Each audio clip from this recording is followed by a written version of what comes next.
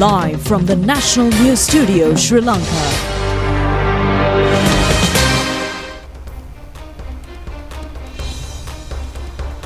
Coming to you live from the National News Studio. Welcome to the news. My name is Clifford Richards. I'm Delanjali Ananda, and these are the headlines.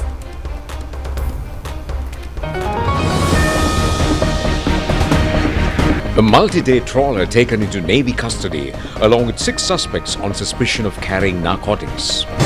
A National Tourism Commission to be set up. The 2025 advanced level examination from 10th of this month to the 5th of next month. A special project to prevent earth slips on the Peradeniya-Chenkaladi main road. India and the US enter a new defense agreement.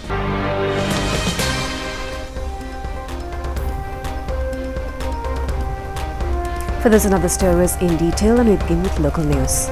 A multi-day fishing trawler was taken into custody of the Sri Lankan Navy on suspicion of transporting a stock of narcotics. The search operation was conducted in the deep western seas. 6 suspects have also been arrested. Further investigations continue. Well, the Ceylon Petroleum Corporation has revised retail prices of 2 types of fuel with effect from last midnight.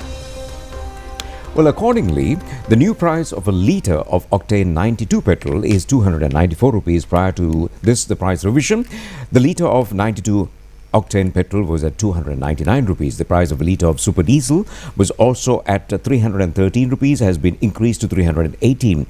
There's not been any changes in the prices of auto diesel and octane 95 petrol and Lanka kerosene. The price of IOC fuel has also been revised according to these price changes. The 2025 GCE Advanced Level Examination will be conducted from the 10th of this month to the 5th of next month at 2,362 centres. The Department of Examination informs that it is prohibited to conduct tuition classes, lectures, conferences, workshops, printing and distribution of model question papers from midnight of the 4th of this month till conclusion of the examination. It is also totally banned to keep in possession or publicize question papers similar to examination question papers, posters, banners, handouts via electronic or print media. The department also informs the general public to complain to a nearby police station or to the police headquarters in the event of any person violating the examination regulations. Sri Lanka's external sector has recorded a monthly current account surplus, that is, during the period from January to August this year. And the Central Bank of Sri Lanka says that this cumulative current surplus for the first 9 months is estimated at $1.9 billion. Well, the bank presenting its annual external sector performance summary for the September 2025 period and points out that the merchandise trade deficit recorded an year-on-year expansion in September 2025 as import expenditure exceeded $2 billion, primarily driven by a surge in vehicle imports. The Central Bank report adds that the vehicle imports totaled $286 million in September this year, with cumulative vehicle imports reaching $1,204 million in the first 9 months of this year. The services sector net inflows increased marginally to $2.8 billion during January to September this year. Workers' remittances in September 2025 sustained a positive momentum observed in recent months. Cumulatively, remittances during the first 9 months of the year recorded a growth of 20.0% year-on-year. The external sector performance summary has further stated that the depreciation of Sri Lanka rupee against the US dollar in the 10 months ending October 2025 was 3.9%. Minister Vijay Herath says that the National Tourism Commission will be brought shortly. The aim is to operate from a single location of all tourist establishments spread across the country. Minister Herath has made these remarks addressing the 18th annual session of the Association of Small and Medium-Scale Entrepreneurs held in Colombo yesterday. Minister Vijay Herath said that the tourism industry will be uplifted according to a national plan. He further said that the prevailing existing Tourism Act is not compatible with the government's objectives. The tourism industry is connected to numerous institutions. The country needs an amalgamated structure. Minister Herath further said in order to construct such a model, new legislation is required to targeting joint tourism development committees on the district and tourist zone levels. He also said they are hoping to deploy a long-term tourism plan in order to set up a necessary legal foundation. සංචාරක සංවර්ධන කමිටු ගොඩනැගීම ඉලක්ක කරගත්ත නව නීතියක් ඕන. අපි බලාපොරොත්තු වෙනවා මේ දීර්ඝකාලීන ජාතික සංචාරක සැලැස්ම ක්‍රියාත්මක කරන්න අවශ්‍ය කරන නෛතික පදනම හදාගන්න. Introduction of a machine to remove residues blocking sluice gates of the hydroelectricity power stations manufactured by Thimark Engineering Technology Institute has also taken place yesterday in Colombo. A maiden machine was presented to an institution of the government of Kenya in the presence of Ministers Sunil Handuneti and Professor Chandana Aberatna. The event was also attended by a group including Director of the Thimark Institute Engineer Tharanga Marasinghe. Minister Sunil Handuneti said that the important feature is not relying on a single manufacturing procedure, but to have a substantial portion of the international market on a competitive basis. The minister also said Sri Lankan entrepreneurs coming forward to compete with a product manufactured in Germany alone could be considered as a victory. The minister added that Sri Lankan youth should become dreamers of enterprises. They should fight in this connection. Entrepreneur craze is one of the special abilities of the future generation. We're now moving on to several development news items in brief. A special project has been undertaken to prevent earth slips related to accidents in the Peradine-Chenkaladi main roads. Accordingly, the National Building Research Organisation is scheduled to construct protective walls in places under threat. Many locations on the road are reported to be subjected to constant earth slips during heavy rainfall. One of the main objectives of the project is to prevent falling of earth mounds on the road near the 99-kilometre post. A sum of 152 million rupees has been set aside for the project implemented by the Ministry of Defence. A new place called A Stand for Reconciliation is being established targeting the tourism industry in the northern province. It is to be set up in the Irattaperiyakulam area in Vavuniya. The allocations under the first stage amounts to 9 million rupees. Provisions are being provided by the Ministry of Rural Development, Social Security and Community Empowerment. The location also provides facilities for the long-distance bus drivers and passengers on the Jaffna-Kandy A9 road. A group including Minister Professor Upali Pannilage was present at the inauguration ceremony. A foundation stone was laid yesterday for a new hall for funerals by the Alpitiya Pradeshya Sabha at a cost of 30 million rupees. Many people's representatives of the area were present at the event, presided over by Deputy Minister Ruan Senarath.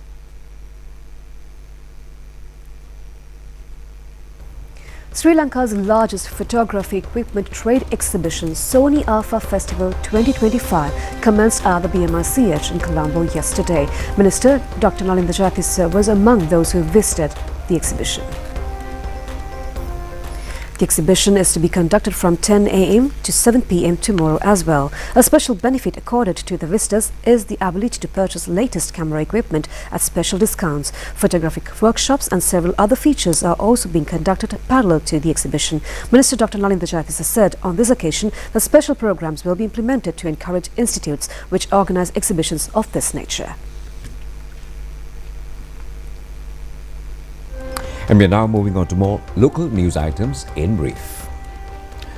Well, a suspect was apprehended with a foreign manufactured pistol in Pilawat, Minuwangoda. The raid was conducted by officials of the Western North Crime Division. 13 live bullets and a bullet cartridge was also found in his possession.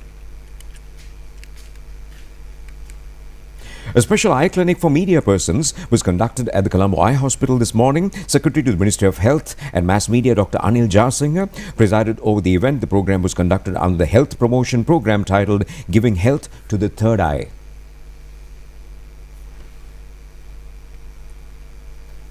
Scholarship presentation to the employees Cooperative Bank of the Sri Lanka Ports Authority was conducted at the Mahapula Marine Institute Auditorium today. 98 students who had gained state university admission based on the results of the GC A-level examination 2023 were presented with student aid. Chief guests at the occasion were Minister Aruna Karunatilaka and Deputy Minister Janitha Ruan Kodituakku. 29th commemoration of former President J.R. Jayawardena was held at the J.R. Jayawardena Centre in Colombo today, and merits were conveyed on the occasion to the late President as well as to the late Madam Lina Jayawardena. Well, that's news at home. We take a short break and we'll be back with international stories shortly.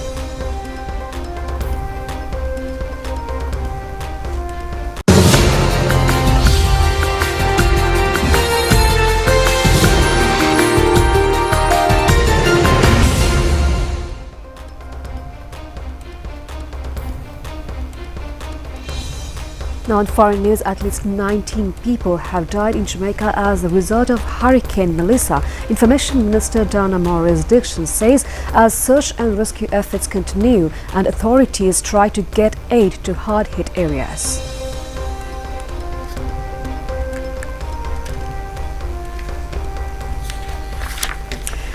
The hurricane, one of the most powerful to strike the Caribbean, also killed at least 30 people in Haiti, officials say.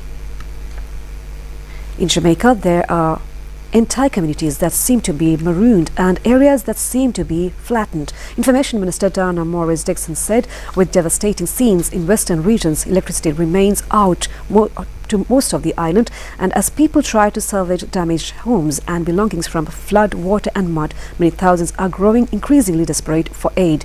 Parts of the country have been without water for several days and food is growing increasingly scarce. Aid supplies are starting to arrive more rapidly, with the main airport in the Jamaican capital, Kingston, largely back to normal, but smaller regional airports, some of which are located near to West humanitarian assistance is most needed, remain only partly operational.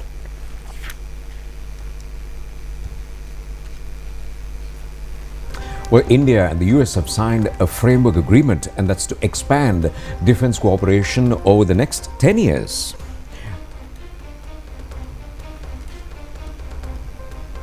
The pact was announced after a meeting with the US Defense Secretary Pete Hegseth and Indian counterpart Rajnath Singh in Kuala Lumpur. The agreement will enhance coordination, information sharing and tech cooperation and advance regional stability and deterrence, Hegseth said on X. It comes as the two countries are trying to close on a trade deal and tide over tense ties after US President Donald Trump slapped 50% tariffs on India, including a 25% penalty for buying Russian oil and arms.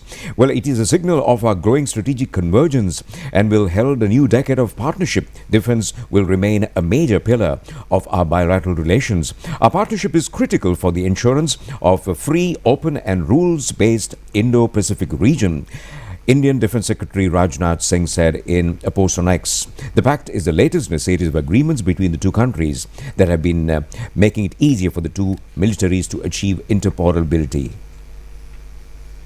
Hong Kong's Lan Wai Fong streets turned into carnival yesterday night as thousands of Halloween fans took over the city's famous nightlife district.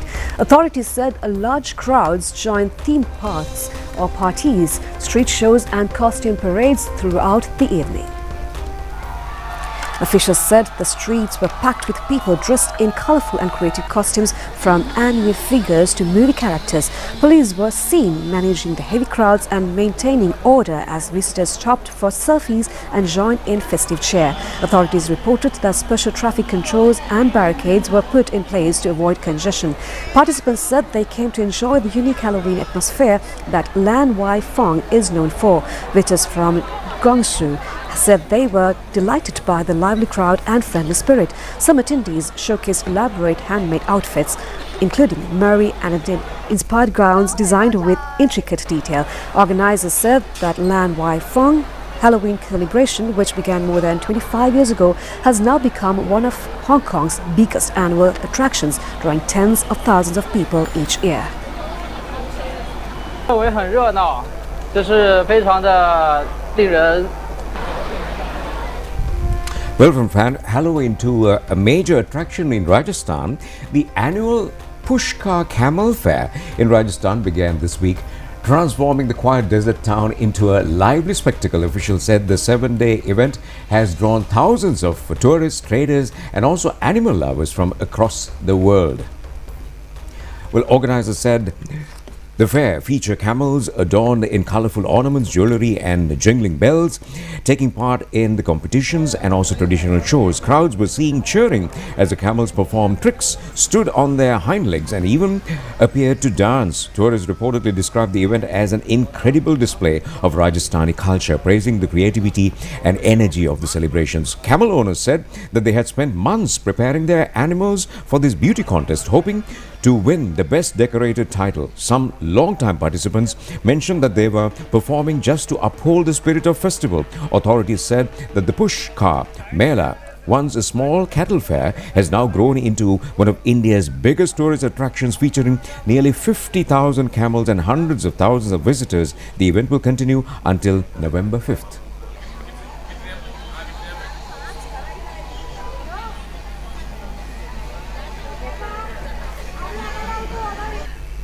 Some of them are purchased from the market, some of them are prepared at home or marketed.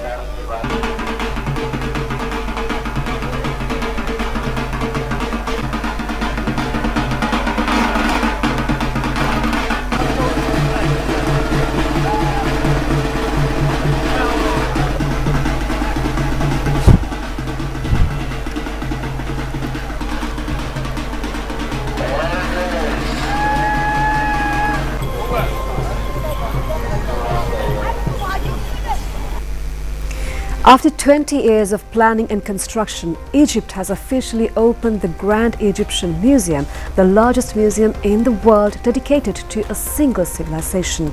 Located near the Giza pyramids, the $1 billion complex now stands as both a cultural tribute and a cornerstone in Egypt's ambitious and to revive tourism and its struggling economy.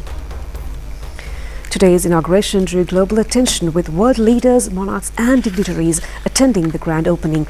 President Abdel Fattah el-Sisi described the museum as a symbol of the genius of ancient Egyptians and the creativity of modern Egyptians, calling it a landmark that will enrich global culture and knowledge. Construction of the museum began in 2005 but was repeatedly delayed by political upheaval and financial challenges. Now, after years of limited previews, GEM is finally ready to welcome visitors, offering an unprecedented glimpse into Egypt's past. The museum houses over 50,000 artifacts spanning Egypt's ancient history, from prehistoric times to the Roman period, designed with a striking triangular glass facade echoing the nearby pyramids. The building features 24,000 square meters of permanent exhibition space. From its vast atrium, the sweeping 6-story staircase lined with colossal statues leads visitors to the main galleries, with views stretching to the Giza plateau. The museum's crowning jewels is the King Tutankhamun's collection, 5,000 pieces displayed together in full for the first time since British archaeologist Howard Carter unearthed the boy pharaoh's tomb.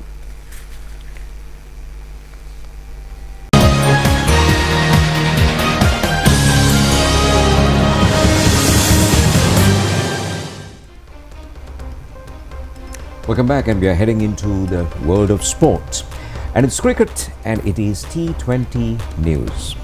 Well, the Pakistan cricket team has scored a 9-wicket victory in their second match, and that's against South Africa in a T20 encounter in Lahore. The South African team, batting first, were all out for 110 in 19 overs and 2 deliveries. Devil Bravis, 25, Pakistani bowler Fahim Ashraf captured 4 wickets. The Pakistani team in reply scored 112, losing 1 wicket in 13 overs. Zaim Ayub was not out on 71. And that's going to be it for him. Bowled him! He makes another grand comeback for Fahim Ashraf. Yes, beautifully done, the wrong end. And he's picked himself up a 4th this evening. Maybe in an unfamiliar... Up and... Is that a sign? Are you... Marches on in some fashion. Oh, absolutely laid into that one. That's gone up. Pakistan a strike away from winning this. Here's the big strike, and Pakistan win this quite comprehensive comeback. After being shown the door in the Rawalpindi T20I, all things working well for Pakistan. With the bat, they win this by 9 wickets. Meanwhile, Australia secured a 4-wicket victory over India in the second match of the T20 cricket series conducted in Melbourne. India were all out for 125 runs, facing 18 overs and 4 deliveries. Abhishek Sharma 68. Australia in reply scored 126 in 13 overs and 2 deliveries. Captain Mitchell Marsh scored 46 runs.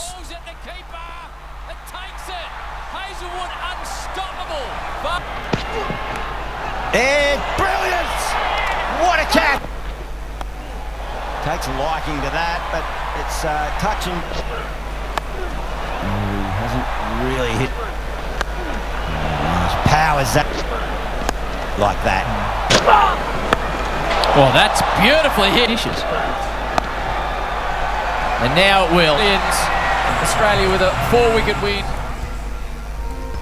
And from men's, we are moving on to women's cricket. The finals of the World Cup Women's One-Day Cricket Tournament will take place in Mumbai in India this tomorrow. The match between the South African and Indian teams will get underway at 3 p.m. Sri Lankan time. The 8-Nation World Cup Women's Cricket Tournament had started on the 30th of September with Sri Lanka and India as host countries. The top 4 places in the preliminary round matches have been secured by Australia, England, South Africa and India. These countries had become eligible to enter the semi-finals. The first semi-final was held between South Africa and England, and the winner was South Africa by a margin of 125 runs. She wants some more. Unbeaten. Rising. Another resumption. The second semi-final was conducted between India and Australia, and India had secured victory by 5 wickets. And it's through. This is the third instance of the World Cup Women's Cricket history that India gained eligibility for the finals. However, they were deprived of recording victories in the finals of 2005 and 2013 tournaments. Their rivals, South Africa, will be appearing in the final counter of the World Cup Women's Cricket Tournament for the first time. According to the cricket history, India and South Africa had competed each other in 34 international women's one-day matches. Out of this, India had secured 20 victories and South Africa 13 victories. One match had ended without a result. In tomorrow's match, the Indian team will be skipped by Harmanpreet Kaur and South African team by Laura Walwatt. Completes the catch. Proteas. History in Guwahati for the Proteas. And with that, we end the news. Do enjoy the rest of the programs together with Dulanjali. This is Clifford, wishing you a good night. Good night.